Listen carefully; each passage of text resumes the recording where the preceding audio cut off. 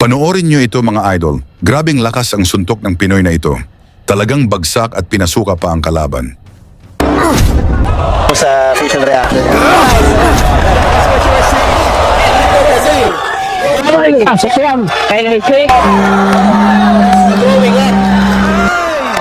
Throwing up blood, nagsuka na. Balitang esports, nag-aatikabong mga laban. Isang pangalang ng Pinoy boxer ang patuloy na umaangat at posibleng maging susunod na world champion ng Pilipinas. Si Christian The Bomb Araneta Here, the ones that will knock you down. That's right. That's exactly what happened. ng Cebu City. Isang southpaw na kilala sa bilis, timing at mabibigat na suntok. 28 taong gulang. May record na 24 na panalo, 2 talo at 19 na knockout. Ngayon, siya ang number 1 contender ng IBF, number 6 sa WBA at number 8 sa WBO sa junior flyweight division. Muntik na rin niyang makuha ang world title laban kay Sibinati Nonshinga sa South Africa. Pinabagsak pa niya ang kampiyon sa huling round. Ngunit sa kabila ng magandang ipinakita, hindi pumanig sa kanya ang scorecards. Isa rin sa pinakamatinding laban ng kanyang karera ay kontra sa Thai champion na si Jakrahut Majunguen, isang veteranong knockout artist. May 42 panalo, 3 talo at 21 knockout. Kaya marami ang nag-isip na mahihirapan ang Pinoy. Pero mali sila. Balikan natin ang gabing pinabagsak ni Christian Araneta, ang Thai champion sa Hoops Dome sa Lapu-Lapu City. Sa facial reaction niya.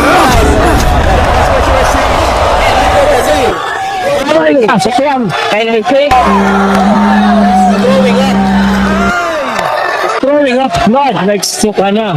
Bago yan, palike at subscribe na lang kasama ang bell. Malaking tulong yan sa aming mga content creator.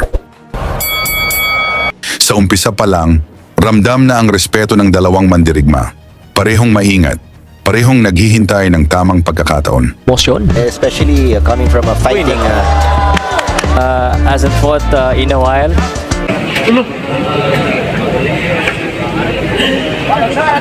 yes, sa top 15. One of the With that having his way.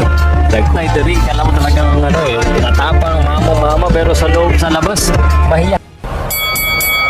Habang lumalalim ang laban, mas nagiging agresibo si Araneta. Sunod-sunod ang kaliwang suntok na tumatama sa mukha at katawan ng Thai. More activity coming from the Filipino boxer.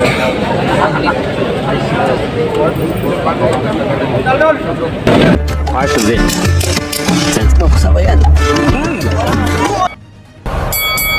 Sa round 3, umpisa nang tumama ang mga solidong suntok ni Araneta, ngunit gumaganti din itong Thai champion.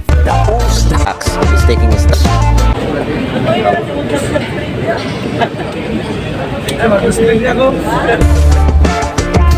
The Usta. Unless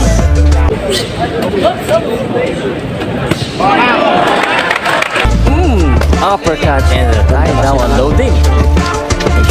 good body shot from Christian. I think yung time is good na time.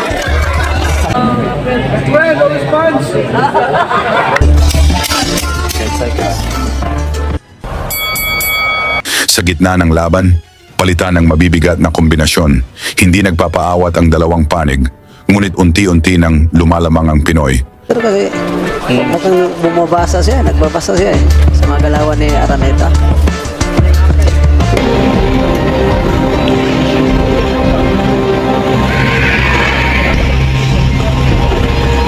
Ay, Christian naman magamit ng natural movement. Good right hook.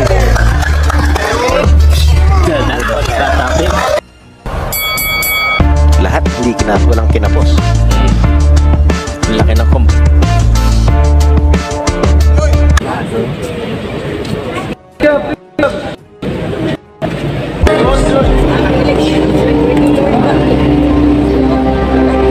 Hook sa left or overhand. Yan. Sobrang. Hindi pa tayo na. Pagsapit ng round 7, halatang humihina na ang Thai fighter, habang tuloy-tuloy naman ang pressure ni Araneta. Dapat go for kill na agad as early as now. Not now. Makitaan niya ng butas. Wala pang butas, di siya.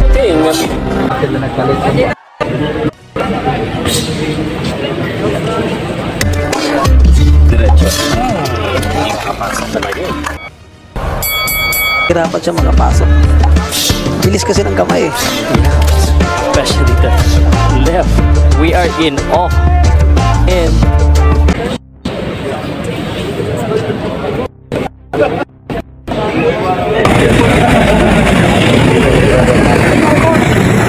Wrong choice. Nice. Wala siya magagawa dyan. Sa round 9, isang malakas na body shot ang tumama. Napaluhod si Majunggoen. Dapat ka talaga pumasok sa loob pag ganyang estilo.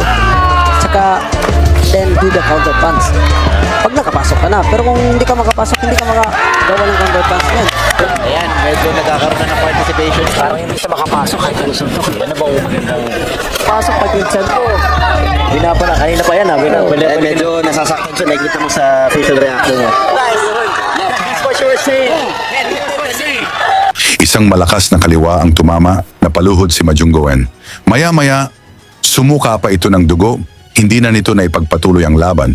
Isang impresibong knockout victory para kay Christian Araneta. Sa tingin ninyo, sa pinakita ni Araneta, may tsansa ba itong mag-world champion? Ibahagi na lang ang inyong sagot at isama ang inyong lugar para malaman natin saan umabot ang suporta ng mga Pinoy sa Christian Araneta.